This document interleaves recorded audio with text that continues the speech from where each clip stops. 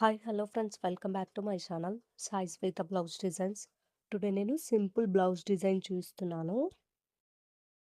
ఆ బ్లౌజ్కి curve design వేశాను నేను. అందుకోసమని క్యాన్వాస్ తీసుకున్నాను నేను.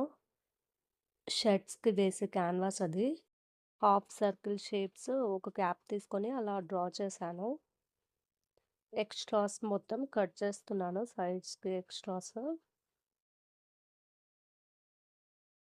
అలా నీట్గా కట్ చేసుకోవాలి. నెక్స్ట్ మీ దగ్గర ఐరన్ బాక్స్ ఉంటే ఆ క్యాన్వాస్ పెట్టేసి ఐరన్ చేయండి. స్టిక్ అయిపోతుంది. నా దగ్గర ఐరన్ బాక్స్ లేదు. అందుకోసమని జస్ట్ నేను అలా పిన్స్ పెట్టుకుంటున్నాను. కరెక్ట్‌గా చూసి అలా పిన్స్ పెట్టుకోండి. ఐరన్ బాక్స్ లేని వాళ్ళు అలా చేస్తే సరిపోతుంది.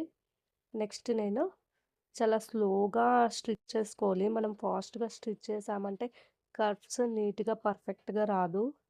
నేను కూడా ఇది కర్వ్స్ ఫస్ట్ టైం స్టిచ్ చేశాను. నాకు బానే వచ్చింది. పర్ఫెక్ట్‌గా అయితే ఇంకా పర్ఫెక్ట్‌గా రాలేదు. ట్రై చేశామంటే పర్ఫెక్ట్‌గా వస్తుంది. మిడిల్‌లో అలా కట్ చేసుకోవాలి. అలా కట్ చేసుకున్నామంటే మనం రివర్స్ చేసినప్పుడు ఈజీ అవుతుంది.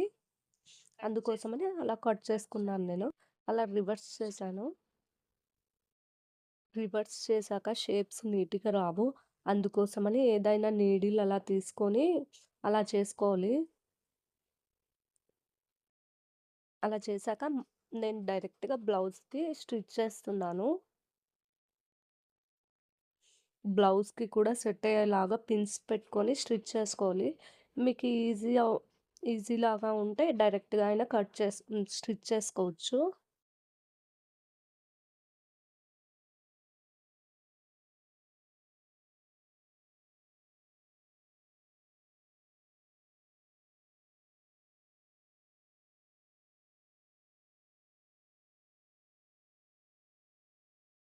స్టిచ్చింగ్ కంప్లీట్ అయ్యాక సైడ్‌కి ఎక్స్ట్రా క్లాత్ ఉంది. వాటిని కట్ చేసుకొని కొద్దిగా ఎక్స్ట్రా పెట్టుకొని ఫోల్డ్ చేసి అలా స్టిచ్ చేసుకోవాలి. మీకు ఎంత సైజులో కావాలంటే అంత ఫోల్డ్ చేసుకొని స్టిచ్ చేసుకోండి. నేను బ్యాక్ సైడ్ ఎక్స్ట్రా క్లాత్ మొత్తం కట్ చేస్తున్నాను. నెక్స్ట్ పట్టీ అంటారు కదండీ! అది వేస్తున్నాను బ్యాక్ సైడ్.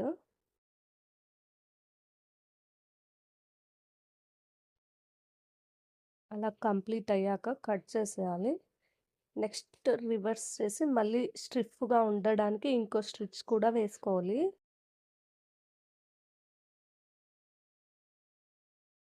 అలా కంప్లీట్ అయ్యాక మళ్ళీ ఫోల్డ్ చేసి స్టిచ్ చేసుకోవాలి.